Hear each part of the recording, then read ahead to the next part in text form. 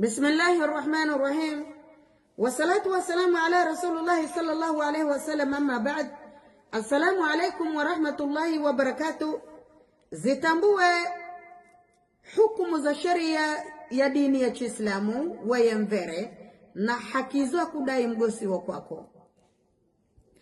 Ndugu watukufu wa Islamu, hadithi kulawa kwa Muadh bin Jabal, yeye kagamba Mtume Muhammad sallallahu alaihi wasallam kagamba hakumudhi mvere yoyose yuja mgosiwe katika hano ya dunia ila neva anamudhi tu wabere wake waja wakweja na umgosi huyo mahurul ain wamjamba mvere huyo sana umudhi huyo Mwenyezi Mungu Subhanahu wa Ta'ala na kuadhibu kwa hakika huyo ya kwako kaikwa ili umtii na umheshimu.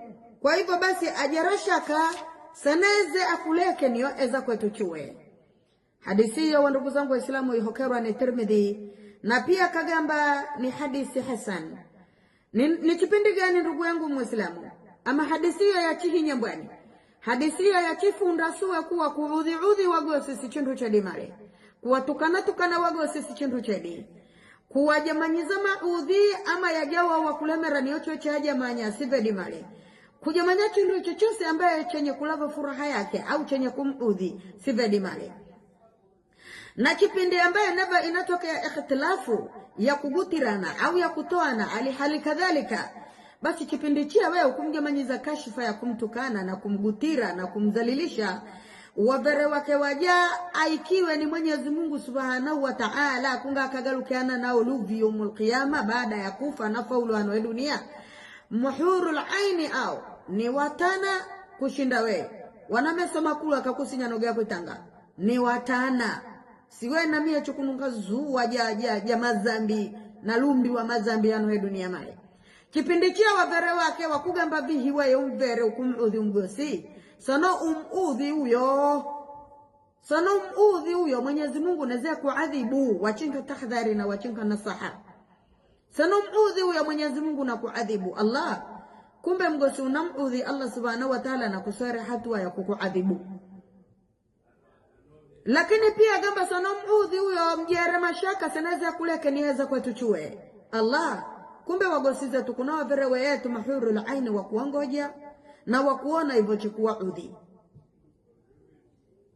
Ndugu watukufu wa Islamu, ni kipindi ambaye kumudhi mgosio mahurul aini hivyo ndivyo wakulonga. Ndugu watukufu wa Islamu, ikiwa mahurul aini wachinga nasaha kuwa sana umudhi mgosi huyo Mwenyezi Mungu na kuadhibu yafaya chiwa udhi wandu wa namna kamayo au wandu wa kugomberwa ni mahurul ain waverewa wa akira wa wagombera na tena wachigambira kuwa Mwenyezi Mungu neze akuadhibu uyo wewe kwako kai kwa mheshimu na umtii tu madhali yeye hakukukera na weneso numbibe. Maana wandugu zangu Waislamu kuna wavere mashallah Mwenyezi Mungu kamjalia mgosi mtulivu, kamjalia mgosi maskini, mgosi bare, mgosi mtiifu, mgosi akula wajibu wake, mgosi akula wa amri za Allah Subhanahu wa Ta'ala. Lakini mvere kagaluka ni mkwakwa, hakutii amri ya mgosi, hakutegereza kauli ya mgosi, ajamanya ivakunga, ajenda ovyo. Mgosi analonga imwenga ya alonga 10. Mgosi anajaribu kumananidha mkono katoza mpegeso mkono katoza mnabi. Ni tayari kwa kutoana. Wandugu zangu Waislamu, mpaka mgosi asokera tuku wavera mwenga chalekwa chasinywa na meso. Agambwa najamanye vakunga hata nepa ukabanikiwa mgosi akusinya na meso. Angakula ndule nadihi we wichikwekwe we ya unakonga kujejereka mtondro mpaka zuwa diagale magharibi ya dhamwe. Hivyo nakonge alfajiri we dhamirwa ni magharibi we. Kwa imbuli ya imwenga tu hazigwe ni mgosiwo.